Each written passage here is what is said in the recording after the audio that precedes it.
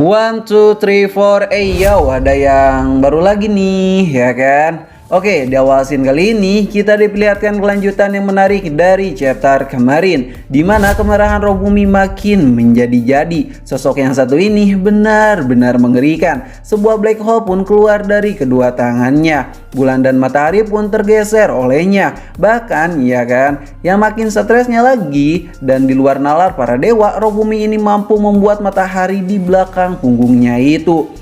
Semua orang yang melihatnya hanya bisa geleng-geleng kepala. Itu menandakan bahwa kekuatan Robumi ini tidak bisa diungkapkan dengan sebuah kata-kata.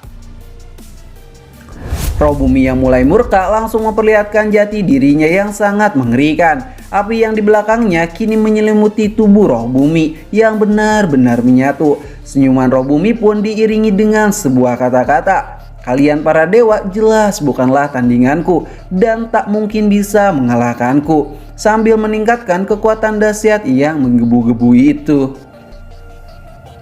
Para dewa yang kaget serta masih tak percaya dengan apa yang mereka lihat hanya bisa menelan ludahnya saja sambil pelan-pelan berkata, "Orang ini sungguh gila, dia mampu menyedot panas matahari ke dalam tubuhnya yang membuat dia susah sekali untuk didekati. Gawat, orang seperti ini jangan dibiarkan bergerak terlalu jauh.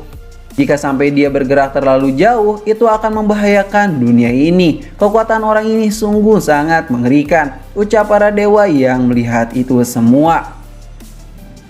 "Kalian semua, majulah. Ayo, siapa yang kira-kira berani melawanku?" ucap Robumi yang sombong sambil bersiap-siap menembakkan napas bau dari mulutnya yang menciptakan sebuah biju dama yang menembak langsung kepada para dewa. "Rasakan ini, bodoh." Tem! Sebuah tembakan pun melesat dengan cepat kepada mereka. Murid dewa kebajikan pun mulai melakukan sesuatu untuk menahan serangan yang datang itu. Dia pun membuka 3 ajimat dari tangannya dan siap-siap untuk menahannya. Namun berbeda halnya dengan sang guru yang memintanya jangan melakukan hal konyol itu, karena itu akan percuma saja.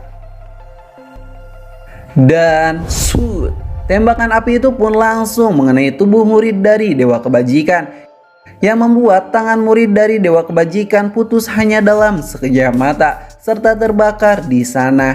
Anak didik dari dewa kebajikan pun hanya bisa berteriak menahan rasa sakit. Lalu tiba-tiba ia pun perlahan-lahan terhisap oleh dark hole milik Robumi itu. Robumi yang melihat para dewa yang payah berkata, "Apa cuma seginikah kekuatan para dewa? Sungguh tidak berguna. Hahaha. Hei bocah sialan, salahkanlah gurumu itu karena dia sudah membawamu ke sini menuju yang namanya kematian." "Guru, tolong aku," ucap muridnya itu sambil berteriak ketakutan. "Ah, muridku, tidak.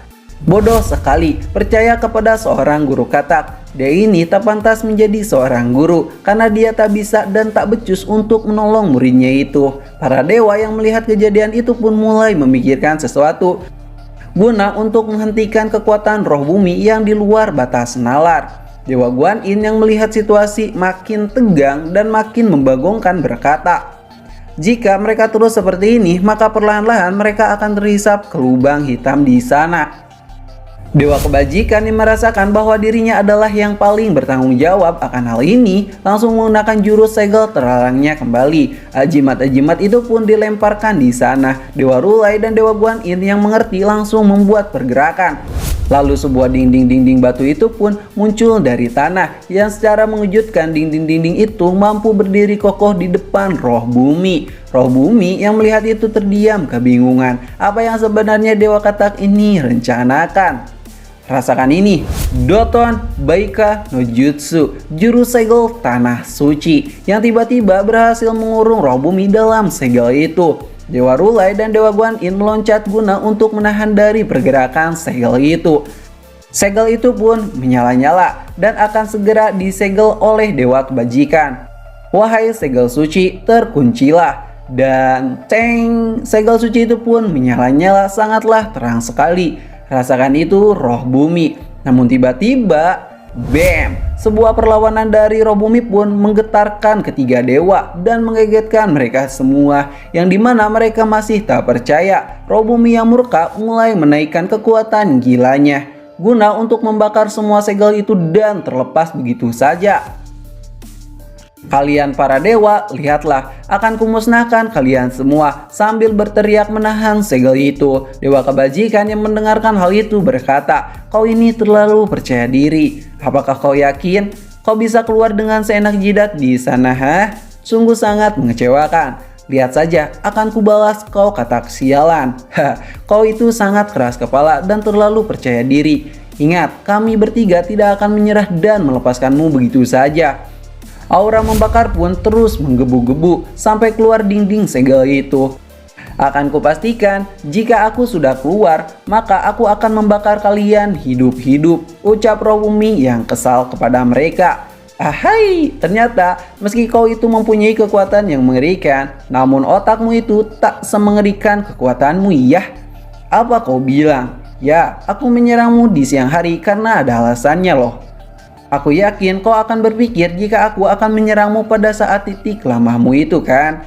Tapi kau salah, bodoh. Aku menyerangmu di siang hari agar kau menyerap cahaya matahari. Aku tahu kau pasti akan menggunakan jurus gila dan super yang mengerikan ini. Dengan begitu matahari tidak akan mengeluarkan cahayanya lagi, yang otomatis jika aku tutup serta aku segel dirimu, maka kau lambat laun akan melemah dan mati begitu saja. Aku tahu semua tentang dirimu dan aku tahu kebiasaanmu itu. Cuy, orang ini benar-benar cerdik sekali. Ingat roh bumi, aku mengenalmu jauh melebihi dirimu sendiri. Camkanlah hal itu. Kata bangsat, kau ini. Ucap roh bumi yang berteriak kesal di sana. Dan bam, batu-batu itu pun menghilang begitu saja, serta mulai melebur menjadi bara api yang matang di sana. Roh bumi yang masih terbakar dan tak bisa bergerak hanya bisa berdiam diri saja. Roh bumi, aku tak akan membiarkanmu keluar begitu saja, ucap Dewa Rulai. Dewa kebajikan yang melihat roh bumi langsung menyerangnya kembali dengan kedua jarinya sambil berkata, ini adalah waktu yang tepat untuk membinasakanmu. Rasakan ini, jurus colok mencolok. Ya mete kudasi, ucap roh bumi yang tiba-tiba bam, meledak dahsyat di sana. Dari kepulan asap ledakan itu pun terlihat roh bumi yang botak yang tak bisa berbuat apa-apa, serta sebentar lagi menemui ajalnya itu. Dewa kebajikan yang melihatnya mencoba melihat apa saja yang ada di pikiran roh bumi itu. Dewa kebajikan, apa yang kau lihat dari pikirannya? Yang aku lihat istana Dewa Bumi. Apa? Dewa Bumi? Ini ada hubungannya kah dengan roh bumi? Ucap Dewa Rulai. Mereka sepertinya sudah bersekutu untuk menumbangkan alam semesta ini. Tapi sekarang sang iblis ini sudah tak berdaya. Tapi kenapa aku merasa ada yang aneh dengan roh bumi ini? Aku juga Dewa Rulai, ucap Dewa Guan Yin. Mungkin karena dia mati telanjang kali ya. Kalau begitu akan kupakaikan jubahku ke roh bumi yang mati ini. Di saat Dewa Rulai akan memberikan jubahnya, tiba-tiba cahaya aneh pun muncul di sana.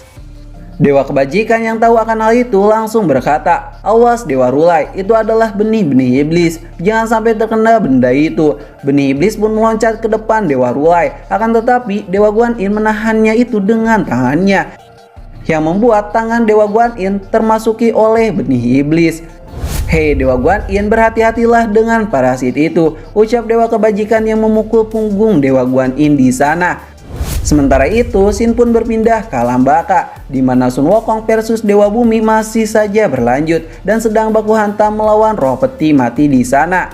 Jiwa siluman alam baka roh peti mati yang mencoba melahap Sun Wukong tertipu oleh kecerdikan Sun Wukong, yang ternyata yang siluman itu lahap adalah tongkat toya Sun Wukong yang berubah menjadi tongkat toya raksasa yang menancap indah di sana.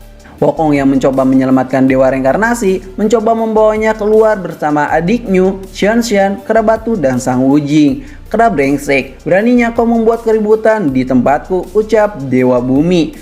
Jikuan yang melihat Sun Wukong kabur mencoba menahan Wukong di sana dengan palu tornya itu. Hei Raja Kera, mau pergi kemana? Jangan paksa aku untuk menghantam tubuhmu itu. Dan chapter kali ini pun berakhir di sini. Terima kasih sudah nonton channel ini. Like aja jika kalian suka, dislike aja jika kalian tidak suka. Kami Ceritain pamit dan sampai jumpa di next video. Bye-bye.